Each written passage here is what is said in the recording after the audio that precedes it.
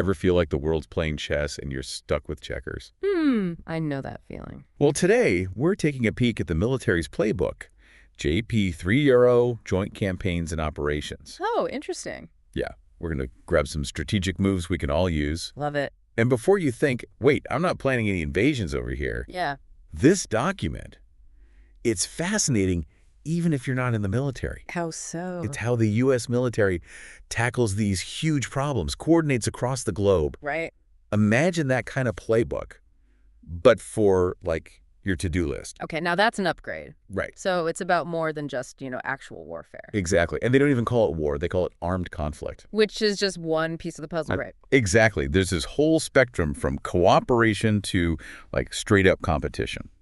And we're diving into all of it. Now, that's what I call a deep dive. And it all comes down to this idea of unified action. Unified action, okay. Yeah, and don't let the jargon scare you. It's basically just about getting everyone on the same page. Oh, like trying to organize anything, really? Right. Like planning a family reunion. You've been there. Oh, tell me about it. Yeah. Getting everyone there on time, that's practically a military operation in itself. Exactly. But the military is dealing with slightly higher stakes than potato salad arguments. Just slightly. Right. But the principle, it's the same. You've got different groups, different goals, and they've got to work together. And the document, it really highlights how the U.S. military builds relationships, shares resources, they even work with other countries. And that's where it gets really interesting. To pull off that unified action, they've got this thing called, get this, operational art. Operational art. Okay, gotta be honest, sounds a little intimidating. Right, like something you'd find in a museum, not a military strategy guide. Exactly. But picture, you've got the big picture goal, right? Right. But then there's the actual doing part. Operational art, it's that bridge. Okay. It's the skills, the know-how, but also like the creativity to adapt on the fly.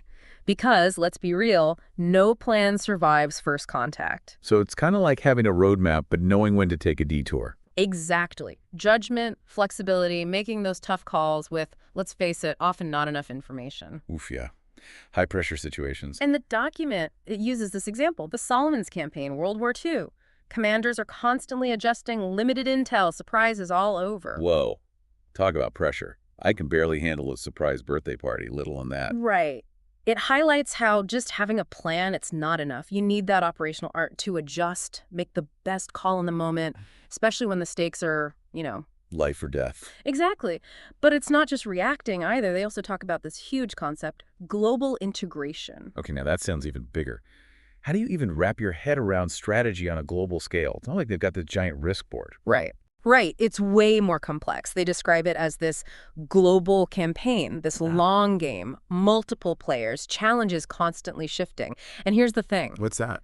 It's not just military. It's diplomacy, economics, information, whole of government approach. So it's less about, like, moving troops around and more like, I don't know, conducting an orchestra. That's a great analogy. Each instrument playing its part at the right time. And hopefully creating something harmonious, right? Less, conflict. Ideally, a lot less conflict. And to conduct that orchestra, well, they emphasize this, understanding the operational environment. Okay, operational environment.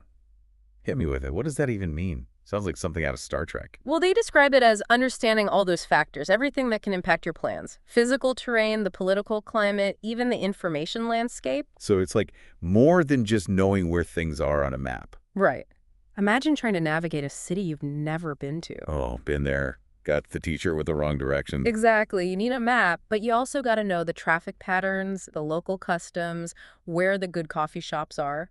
It's about understanding the context. Exactly. So in a way, we all have our own operational environment. Yeah. Even if it's not global.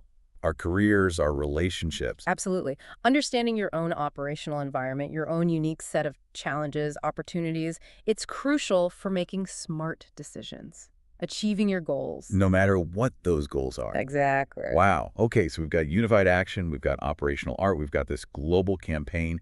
It's like learning a whole new language of strategy. It is a bit, isn't it? But there's one piece we haven't touched on yet. How the U.S. military actually operates in this complex world. And that's where it gets even more interesting, because it's not always about conflict, which is what most people jump to. Right. The document lays out three main approaches: cooperation, competition, and as a last resort, and they emphasize that armed conflict. So it's not just about, all right, time to go to war. There are other options on the table. Absolutely. It's a spectrum. Let's break them down. Starting with cooperation.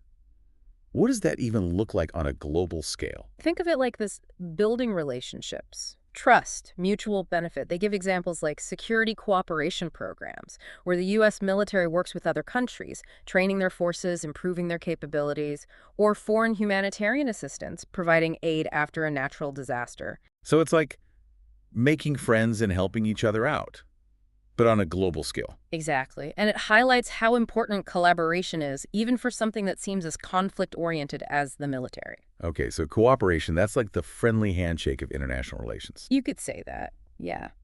But what about competition? How does that fit in?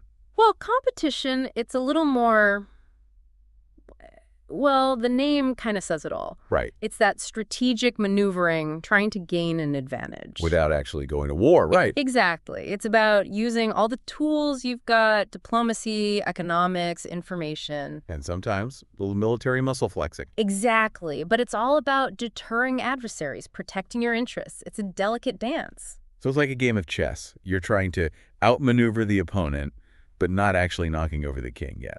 Perfect analogy. The document even gives an example: countering coercion. What's that? So say a country's getting a little too aggressive, maybe thinking about invading their neighbor. Okay, not good.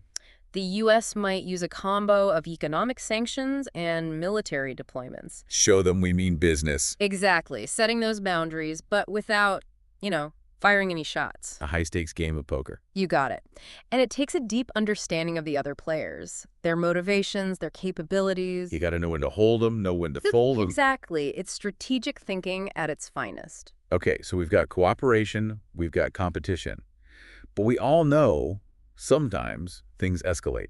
What happens when it's time to actually engage in armed conflict? Well, even then, the document's clear: armed conflict, it's always a last resort. The very last option on the table.